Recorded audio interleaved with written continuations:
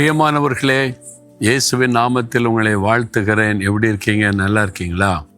April மாதத்தின் முதல் நாளுக்குள்ளே நம்ம வந்துட்டோம். இப்போ தான் ஜனவரி 1 வந்த மாதிரி இருந்துச்சு. 3 மாதம் வேகமாக ஓடி முடிஞ்சு 4வது மாதத்தில் வந்துட்டோம். இந்த மாதத்தில் என்ன சிறப்பு தெரியுமா? இயேசு சிலுவையில் அறையப்பட்டதையும் உயிர்த்தெழுதலையும் தியானிக்கிற நாட்கள் வருகிறது. அதனால்தான் இந்த நாட்கள் அதிகமாக சிலுவை பற்றி பேசப்படுகிறது. இயேசு சிலுவையில் மரித்ததோடு காரியம் முடியலை.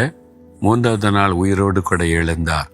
மரித்தும் உயிரோடு கூட இருக்கிற ஒருவர், அவர் சதா காலங்களிலும் உயிரோடு இருக்கிறவர் என்று வேதத்தில் அவரை பற்றி சொல்லப்பட்டிருக்கிறது.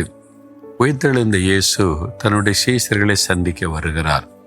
யோவான் 20:19 வாரத்தின் முதல் நாள் ஆகிய அன்றைய தினம் சாயங்கால வேளையிலே சீஷர்கள் கூடியிருந்த இடத்தில் யூதர்களுக்கு பயந்ததினால் கதவுகள் பூட்டப்பட்டிருக்கையில் இயேசு வந்து நடுவே நின்று உங்களுக்கு சமாதானம் என்றார்.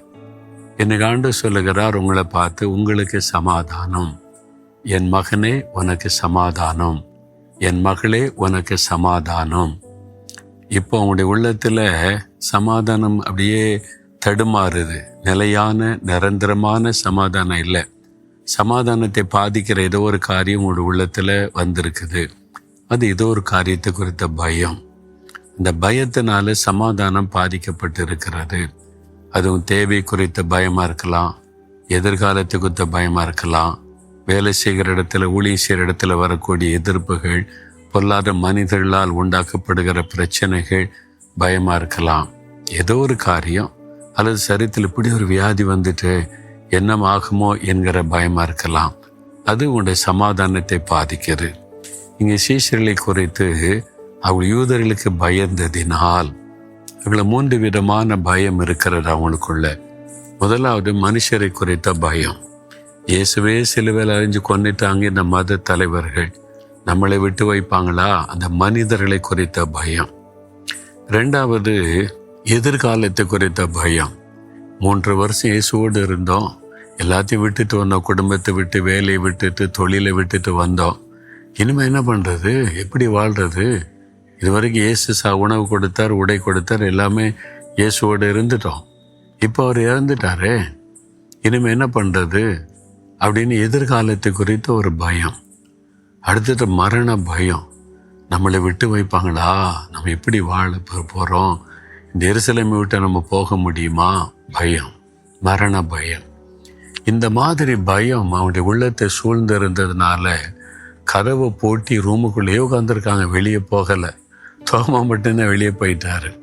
அப்போ இயேசு வந்து நடுவே நின்று உங்களுக்கு சமாதானம் அப்படின்னு, இந்த பயப்படாதங்க, நான் உயிரோடு இருக்கிறேன் அப்படின்னு இயேசுவை கண்டு அவங்க சந்தோஷப்பட்டாங்கன்னு வசனத்தில் இருக்குது. அப்போ பயம், அந்த துக்கம் சந்தோஷமாய் மாறினது. இன்றைக்கு உங்களுடைய வாழ்க்கையில் எது பயப்படுத்துதோ ஆண்டவர் சந்தோஷமாக மாற்றப் போகிறார். நீங்கள் பயப்படுகிற காரியம் சந்தோஷமாய் மாறும். நீங்கள் பயப்படுகிற சூழ்நிலை சந்தோஷமாய் மாறும். இன்றைக்கு அந்த அற்புதம் நடக்க போகிறது. ஏன் தெரியுமா? மரித்தேன், சதா காலங்களில் நான் உயிரோடு இருக்கிறேன் அப்படின்னு இயேசு உங்களை பார்த்து சொல்கிறார்.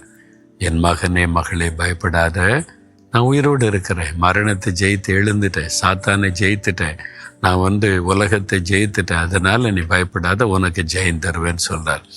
தைரியமாக சொல்லுங்க, ஆண்டவரே நான் பயப்பட மாட்டேன், நீங்கள் இருக்கிறீங்க, எனக்கு சமாதானத்தை கொடுக்க நீங்கள் இருக்கிறீங்க, எனக்கு ஜெயம் கொடுக்க நீங்கள் ஜெயம் எடுத்தீங்க, நான் விசுவாசிக்கிறேன், பயப்பட மாட்டேன்னு சொல்லுங்கள்.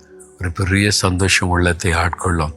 சொல்கிறீங்களா? இதயத்தில் கை வைத்து, இயேசுவே உங்களுடைய வார்த்தைக்காக ஸ்தோத்திரப்பா, நான் பயப்பட மாட்டேன், கலங்க மாட்டேன், எனக்கு சமாதானத்தை தந்துட்டீங்க, நான் தைரியமாக இருப்பேன், எல்லாம் பயப்படுகிற சூழ்நிலையை மாற்றி கொடுக்குறீங்க, ஸ்தோத்திரம். இன்றைக்கு என் வாழ்க்கையில் ஒரு அற்புதம் நடக்க போகிறது, நான் அதை பெற்றுக்கொள்ள போகிறேன். இயேசுவின் நாமத்தில் ஆமேன், ஆமேன்.